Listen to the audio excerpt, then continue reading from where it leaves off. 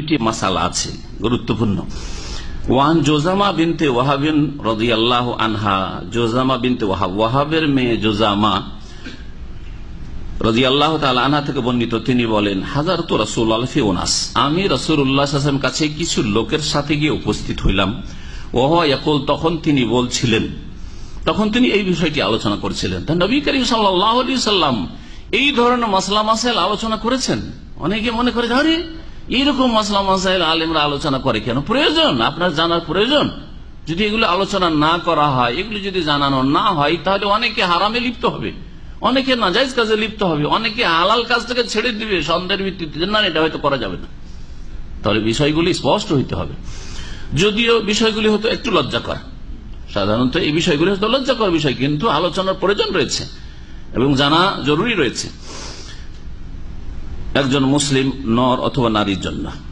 বলছেন যে নবী সাল্লাল্লাহু আলাইহি ওয়াসাল্লাম সেই সময় আলোচনা করছেন কি নিয়ে, লাকাদ হামামতু আন আনহা আনিল গীলাতি, আমার ইচ্ছা হলো যে আমি গীলা করতে নিষেধ করে দেব, গীলা থেকে নিষেধ করি। গীলা কাকে বলা হয়? গীলা হচ্ছে পুরুষের তার স্ত্রীর সাথে এমন অবস্থায় সহবাস করা যখন তার স্ত্রী স্তন্যদানের অবস্থায় থাকে, অর্থাৎ স্তন্যদানের পিরিয়ডে থাকে। এই 2 বছর, বাচ্চা 2 বছরের মধ্যে রয়েছে আর স্বামী স্ত্রী সহবাস করছে, এই কাজটিকে গীলা বলা হয়।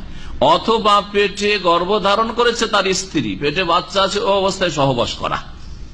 নবী করিম সাল্লাল্লাহু আলাইহি ওয়াসাল্লাম প্রথম চিন্তা করলেন যে এতে ক্ষতি হইতে পারে, ক্ষতি হইতে পারে। বাচ্চা দুধ পান করছে, সে অবস্থায় সহবাস হবে, সুতরাং এই দুধটা ক্ষতির দিকটা চলে আসতে পারে, হ্যাঁ, সাইড এফেক্ট হইতে পারে। হ্যাঁ, এই জন্য নবী সাল্লাল্লাহু আলাইহি ওয়াসাল্লাম ইচ্ছা করলেন যে না, যখন বাচ্চাকে দুধ খাওয়ানো হয় তাহলে 2 বছর ধরে দুধ খাওয়ায় একজন মহিলার, হ্যাঁ, এটা হচ্ছে ন্যায্য হক একটা শিশুর। তো এই 2 বছর তাহলে সহবাস করতে পারবে না, নিষেধ যদি করে দাও তাহলে 2 বছর সহবাস করতে পারছে না। 2 বছর সহবাস যদি না করতে পারে আর দ্বিতীয় বিয়েও না করতে পারে আজকালকার জামানায়, তাহলে তো বড় বিপদ। তাহলে হারাম রাস্তা খুঁজবে, হ্যাঁ, তখন হারাম রাস্তা খুঁজবে, জেনার রাস্তা খুঁজবে, না সমকামিতার রাস্তা খুঁজবে, না হস্তমৈথুন রাস্তা খুঁজবে, না ব্লু ফিল্ম দেখার রাস্তা খুঁজবে, খুঁজবে না, খুঁজবে না, পাপে লিপ্ত হইতে পারে। কয়টা লোক ওই রকম আল্লাহ ভীরু রয়েছে, অনেক আল্লাহ ভীরুতে পদস্খলন করছে। তো দুটো দিক, একটা দিক হচ্ছে যে বাচ্চার ক্ষতি হয়তো আছে, সুতরাং ইচ্ছা করলেন যে নিষেধ করে দিই। কিন্তু আর একটা দিক হচ্ছে যে যদি নিষেধ করে দিই আর তার একটি স্ত্রী থাকে, তাহলে তার দ্বারা গুনাহ হইতে পারে, পাপে লিপ্ত হইতে পারে। এই ক্ষেত্রে এই দিকে একটা স্বার্থ, ওই দিকে একটা স্বার্থ। কোনটা বৃহৎ স্বার্থ? বৃহৎ স্বার্থ কোনটা? গুনাহ থেকে বাঁচানো।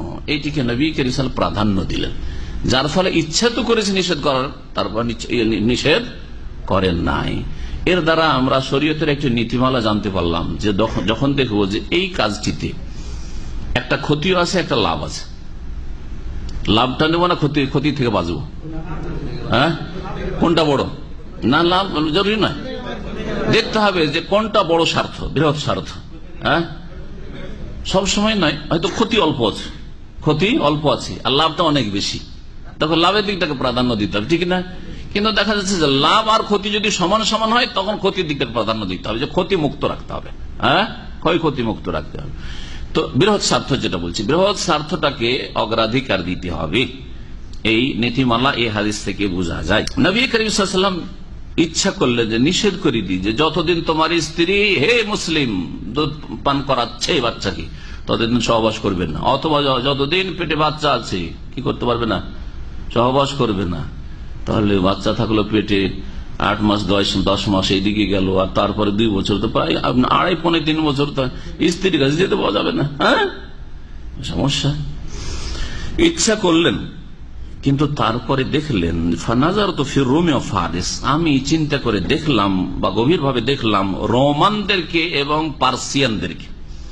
আর রোমান আর পার্সিয়ানরা তখন সভ্য জাতি ছিল, উন্নত জাতি ছিল।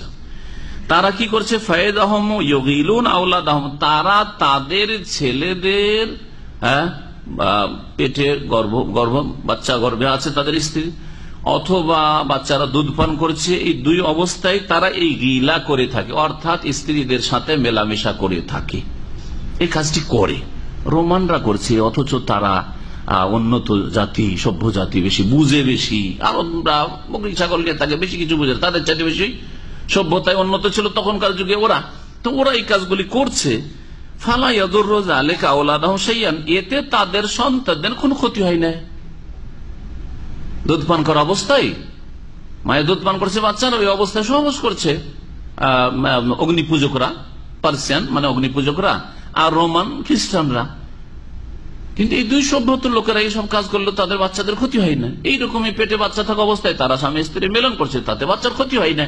যখন এইরকমটা জানতে পারলেন তখন নবী করিম সাল্লাল্লাহু আলাইহি সাল্লাম ইচ্ছাটাকে স্থগিত রাখেন, আর নিষেধ করলেন না। এই একটি মাসালা। আর একটি মাসালা আসছে।